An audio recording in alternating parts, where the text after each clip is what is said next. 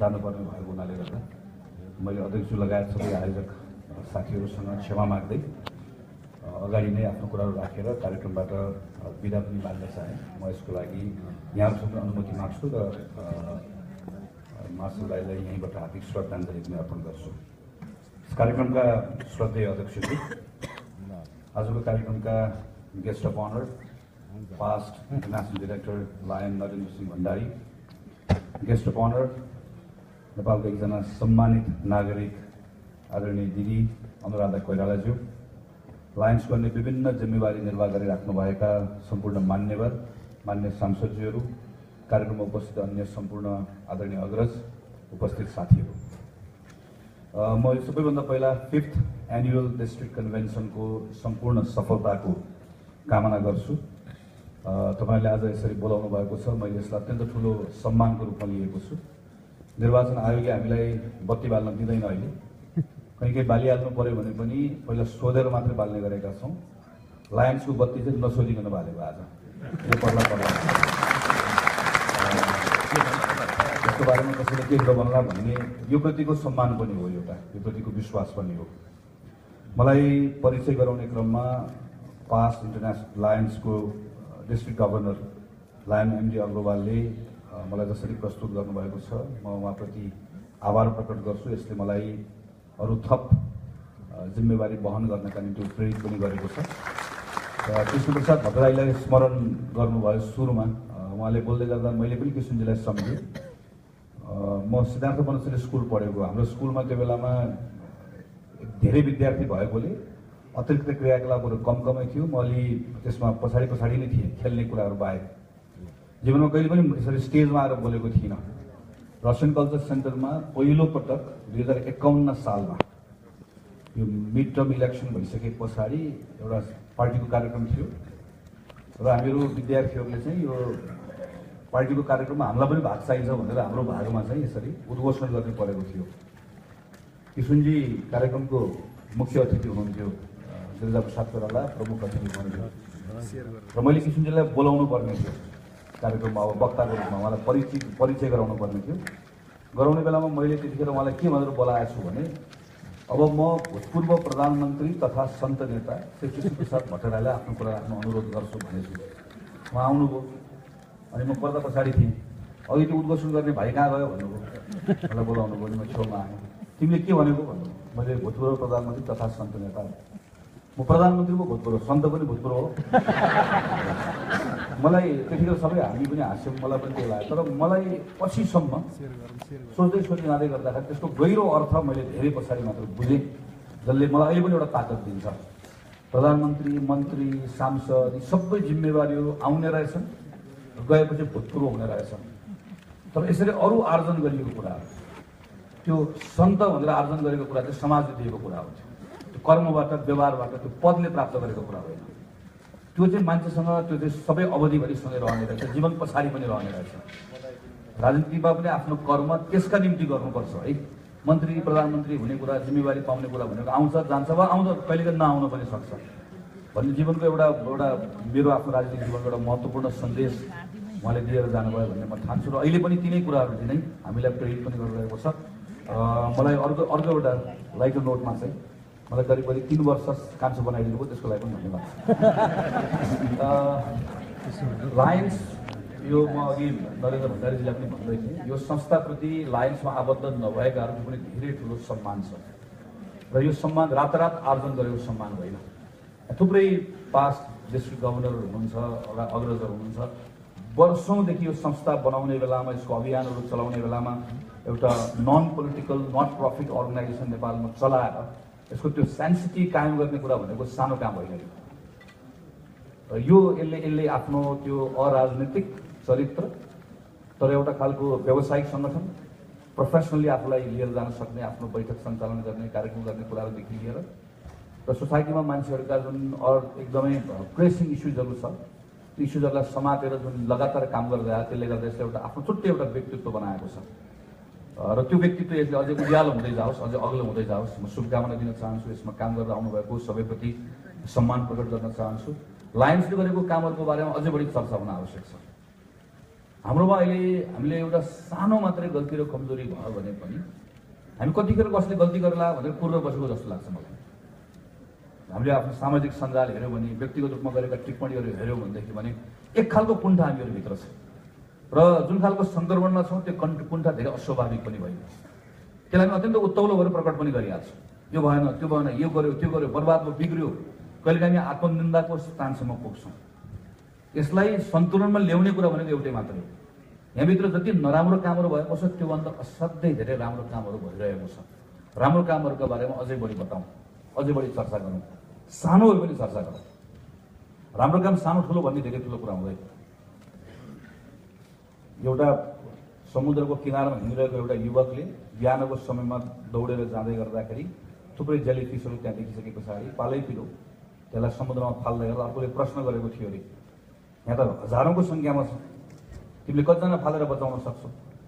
उसले भने तिम्रो उत्तर दिन थाले भने उत्तर दिने बेलासम्म यसका बारेमा कति बचाउन सक्छु भनेर गन्न थाले र तिम्रो उत्तर दिन थाल्यो भने 5वटा कम बचाउँला, तिमी जाऊ, म जति सक्छु त्यति बचाउँछु भनेर भन्थ्यो अरे। भनेको जस्तै जति सकिन्छ त्यति गर्ने, जहाँ सकिन्छ त्यो गर्ने, जे गरिएको छ त्यसको बारेमा बताउनु पर्छ।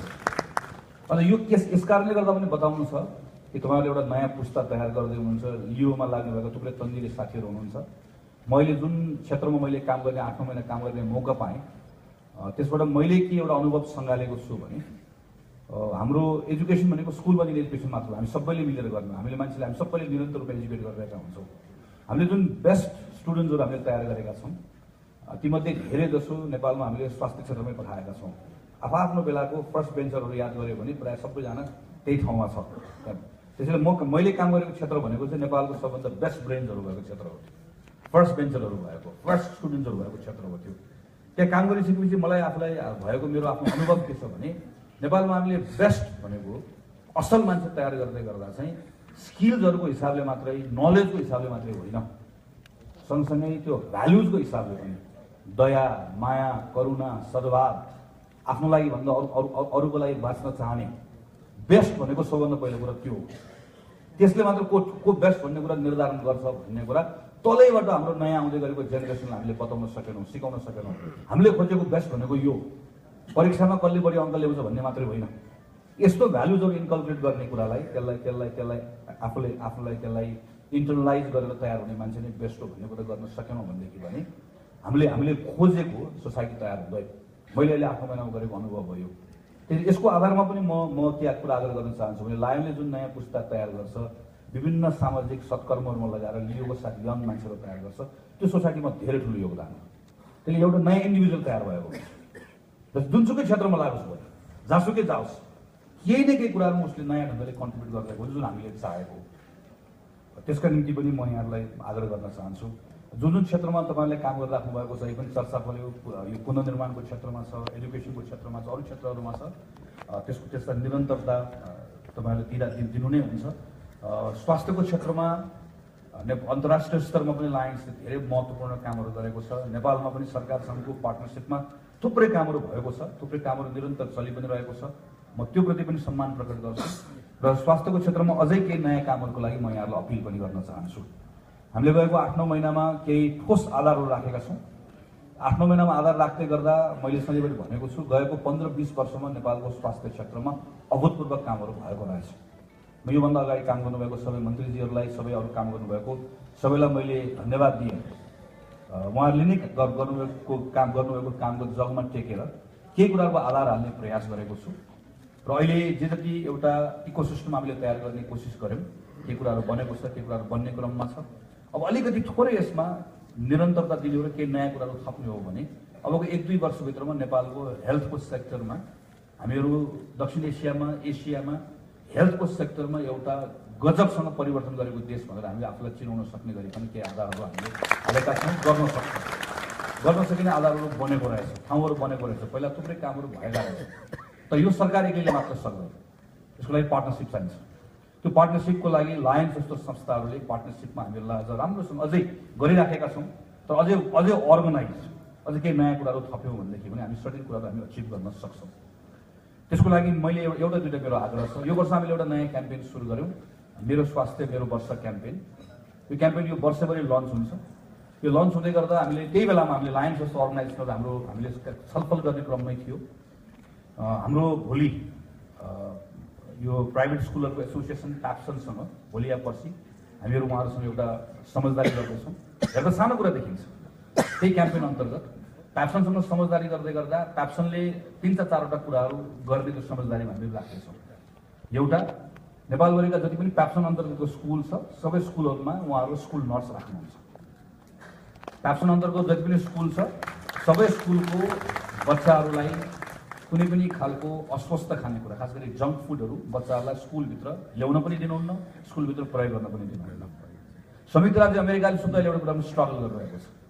बच्चाहरूलाई खेलकुदमा त लगायौँ, तर खेलकुदमा बिस्तारै प्रतिस्पर्धा गर्दै जाँदै गर्दाखेरि के कुरा बिर्सेछौँ भन्ने उनीहरू अहिले रियलाइज गरिरहेका छन् भनेदेखि भने धेरै थोरै मान्छे खेल्ने, धेरै मान्छे हेरेर थपडी बजाउने भएछन्। त्यस्तो बनाउन खोजेको होइन। कोही खेलाडी भएर निस्केलान्, तर खेल धेरैलाई खेलाउन खोजेको, सबैलाई खेलाउन खोजेको।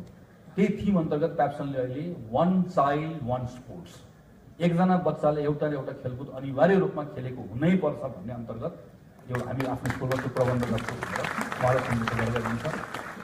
बच्चाहरूको नियमित स्वास्थ्य जाँच, मैले एउटा फाउन्डेसनसँग मिलेर मेरो कन्स्टिट्युन्सीको एउटा स्कुलमा 185 जना बच्चाहरूको कानको स्क्रिनिङ गरेको।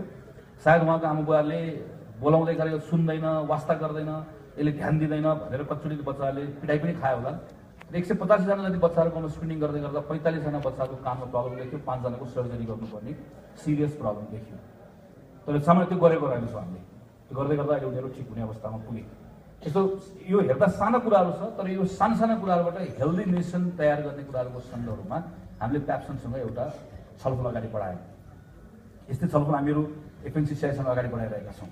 त्यसै गरिकन मैले आज छलफल राख्न खोजेको हामी यस्तै एउटा समझदारी लायन्ससँग पनि गर्न चाहन्छौँ। देशभरिको लायन्सले जति पनि यस्ता शाखाहरू छ त्यसले यो वर्ष एक्टिभिटिज गर्दै गर्दा यो पब्लिक हेल्थको केही इस्युजहरूसँग एउटा न एउटा एक्टिभिटिज लायनको तलको शाखाले गरिदिने हो यो वर्ष भने, कहीँ न कहीँ लगेर जोड्ने हो भने हामी स्वास्थ्य मन्त्रालयको तर्फबाट अपिल गर्छौँ, एउटा फ्रेमवर्क एउटा एग्रिमेन्ट गरौँ र स्वास्थ्य मन्त्रालय र लायन्सको पार्टनरसिपमा तल लायन्सको जुन तपाईँले हाम्रो क्लबले यो एक्टिभिटिज गर्यो यो गर्यो भनेर भन्नुहुन्छ, यो वर्ष यो नेसनल थिममा एउटा एक्टिभिटिजलाई, चाहे कतिपय ठाउँहरूमा महिलाहरूको क्यान्सरको स्क्रिनिङको कुरा होला, कतिपय ठाउँमा बच्चाहरूको स्क्रिनिङको कुरा होला, कतिपय ठाउँमा पब्लिक हेल्थको अवेरनेसको क्याम्पेन होला, कतिपय ठाउँमा हेल्थको प्रमोसनको क्याम्पेन होला, that could be anything.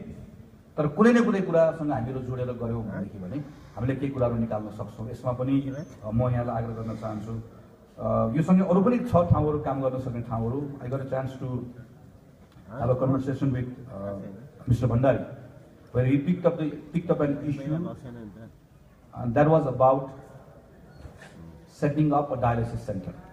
As we all know, Government of Nepal is offering free dialysis service to all patients who require dialysis, but we are still struggling with the dialysis centers.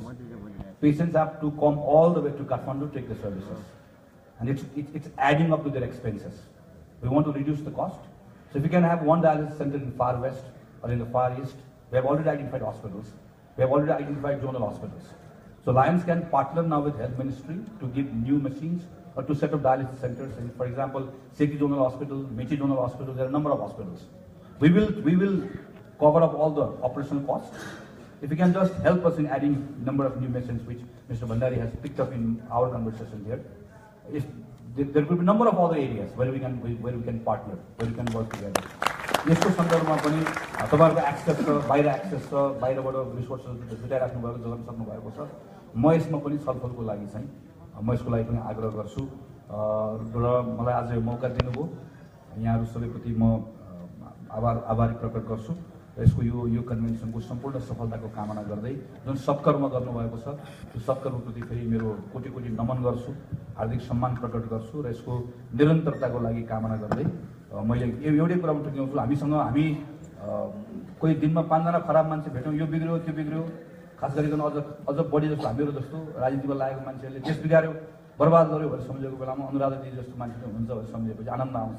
उहाँलाई सम्झने, हामीलाई सम्झने, एकछिन चित्त दुखाउने, उहाँहरूलाई सम्झने, एकछिन खुसी हुने, अनि सन्तुलन मिलाएर खुसी अघि अग्रवाल सरले भनेको स्माइल, हाँस्ने, सुत्ने, बिहान उठेर फेरि नयाँ दोस्रो साथ काम गर्ने, यो गऱ्यो भने ठिक हुन्छ। हामीलाई मात्र सम्झ्यो भने चाहिँ अदालत पनि यस्तो छ, संसद पनि यस्तो छ, बर्बाद गऱ्यो भने खतम गऱ्यो भने त्यस्तो मात्र लाग्छ। धन्यवाद, नमस्कार।